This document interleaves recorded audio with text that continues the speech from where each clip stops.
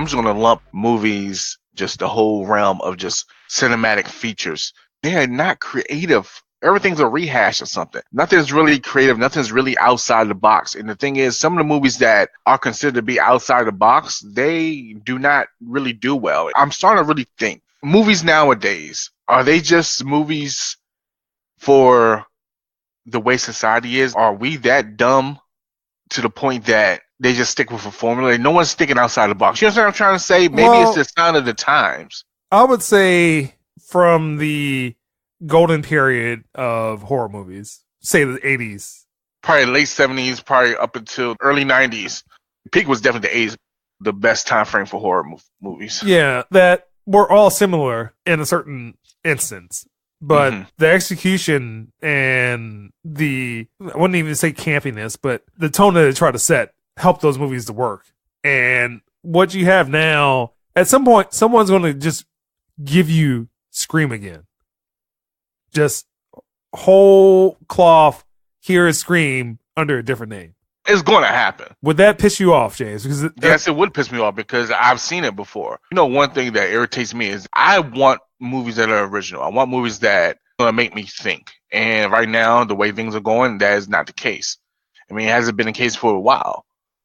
I've seen so many horror movies. It's going to be hard to just kind of disguise another movie with a different name. Well, it's going to be hard. Because eventually you got to a point, I guess maybe the 2000s, where everything was kind of based off of Japanese horror or Korean horror, right? Asian horror movies. That was fresh here. Not many people knew about J-horror prior to it coming into the States, but a lot of people didn't. So they was like, oh man, this is unique. This is different, but it really wasn't. For me, other than it, I don't think there's been a very good horror movie or thriller movie in the past maybe 5 years. Would you agree with that? 5 years? Well, you remember, you got the Conjurings. Okay. All right. I'm wrong because I don't watch horror movies. I'm 100% wrong. But for me, I don't think there's been a movie that I would want to watch. Let me rephrase that. Well, yeah. No, I mean, I agree with your statement because, like you said, you're not really into horror like that. So for you to say it, yes. Because, I mean, I don't think you ever saw any of the Conjurings or anything about James Wanell. I'll say James Wanell. James Wan. James Wan! and Lee Wan. Switch him up and shit. So, but no, by James Wan and Lee Wanell. So usually those movies are always good, and you will hear me push them to the high heavens when it comes to horror movies. But outside of that, let's not include them. But it, and after a while, and I went back on this, I'm going to restate this, Hereditary. Yeah, I just remember you not liking that movie. Yeah, so at first... Did you also not like the Babadook? With the Babadook, the tone was good. The imagery was good. The pacing was just so off that I think I ended up falling asleep on it. Okay. So I would leave it half and half. If I fall asleep on a movie, that's not good. And I wasn't tired. It was midday when I watched the shit. Well, yeah, I would just say that it just seems like these movies go in trends. So at some point, you had movies just like Scream. Mm-hmm. And then you kind of had somebody's getting their leg cut off and getting their face crushed. Mm-hmm. And then it progressed to things like Paranormal Activity, where everything had to be camera-based. Supernatural. Yeah. Mm-hmm. And I don't think that The Conjuring and like Sinister and that level of horror, I just don't think that horror movies have the same effect any longer. I agree with you. As much as I'm looking forward towards it, Chapter 2, anything by James Wan. But James Wan! I think I say this every year. This is the beginning of the year. And I mean, I said it at the end of the last year. I love horror. I have witnessed your love for horror movies. That is the main thing I watch, just because I don't know what my obsession is with horror. I think it's just because, to me, it takes some type of skill to explore fear. Yes, and I would 100% agree with you, but go ahead and finish your statement. It's just hard because I don't see any creativity with it. Most movies that come out, I go in with very minimal expectations. And so when I rate a movie, especially if it's a horror movie, if I give anything above a 5, that means it's pretty decent. I would say that it would be easier for DC to make a well-crafted superhero movie that I would like more than I would like a horror movie. That's just for me.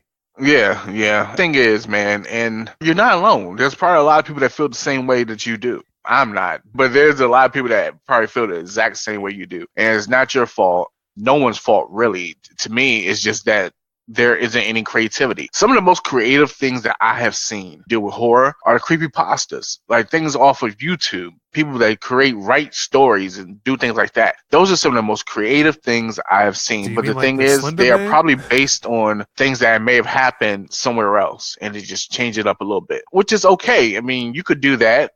And I'm not saying if you're rehashing something that's not creative. No, you can make Scream again, but just change it up. It should not be identical. It should not run parallel scene for scene for a movie that's a blatant ripoff. Like from what you're telling me, Escape Room is a blatant ripoff.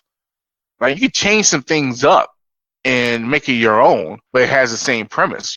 It just shows that they don't want to do that. They don't want to try to escape the box, the creativity with horror. They just want to stay within the realm and not just jump out the box and do something just totally outlandish just to try something different. Piggyback on what I was saying earlier, there's last night going through horror movies, of course, and I came across this movie called Friended Deep Dark Web. What? Friended? You mean like unfriended? It's like Unfriended Deep Dark Web, right? And what was the other movie like Unfriended? Firm Quest. Okay, we go ahead. That's the point I'm getting at. Okay, we just named 3 movies that basically had the same exact premise, damn near. Firm Quest is more of a supernatural thing. Unfriended Dark Web, it wasn't supernatural. Let's just say that. And from what I saw from Friended Deep Dark Web, this movie was basically a damn near identical movie to Unfriended Dark Web. But here's the catch, though. So I was watching it, and I was like, what the hell? Because remember in the Unfriended Dark Web, Dark Web, that I was talking about, I had to make sure I'm getting the right damn movies. Remember I was talking about like the guy, he had a girlfriend and she was deaf, and he wanted to try to have like a streaming software. Well, not streaming software, but I kind of remember that. Okay, so in Friended Deep Dark Web, it was a guy that had his friends come together. And remember, they had friends come together in Unfriended Dark Web too. They play like a game night. He wanted his friends to come together because he was testing out a software, a dating app that went online to that went on the Deep Dark Web to try to find matches because the Dark Web has a bigger database, of course. You see that? So I'm like just sitting here. It's the same, but still different in this way, but I'm just like, geez. Title of the movie is very similar to the one that came out later. And here's the catch. So when I was watching this movie came out 2014. Unfriended Dark Web came out 2018. And this is a comedy. This is rated as a comedy.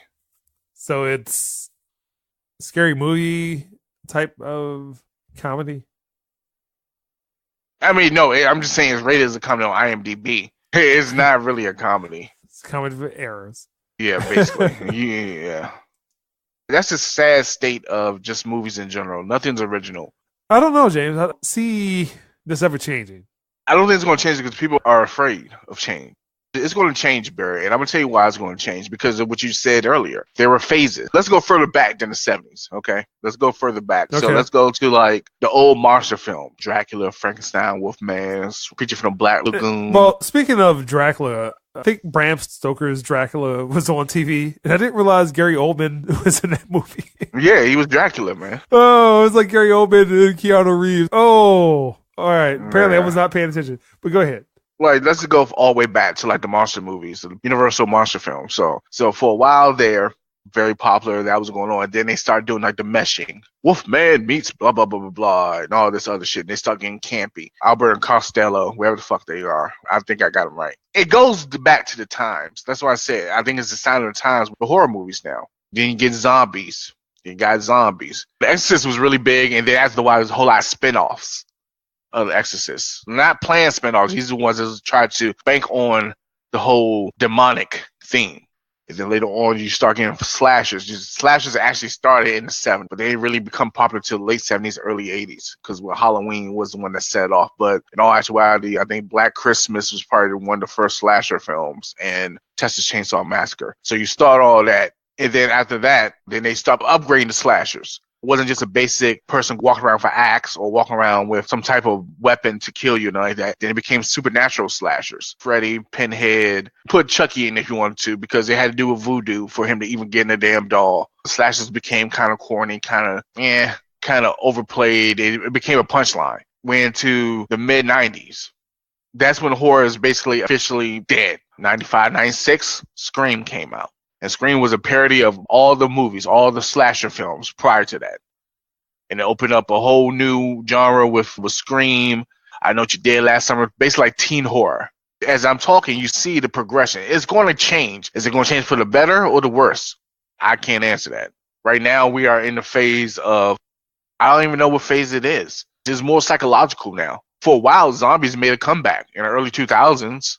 Now, zombies are, I'm not going to say dead, no pun intended, but the zombies are kind of dormant. But I'm quite sure they're going to make another return. But right now, it is more so supernatural and psychological thrillers. Very little gore. And mid-2000s, so like 2005, 2006, was probably the torture porn horror. It's been changing all the way up back in the day. It's going to keep changing. It's going to keep changing, but it doesn't necessarily mean it's going to be good. And that's what I'm afraid of.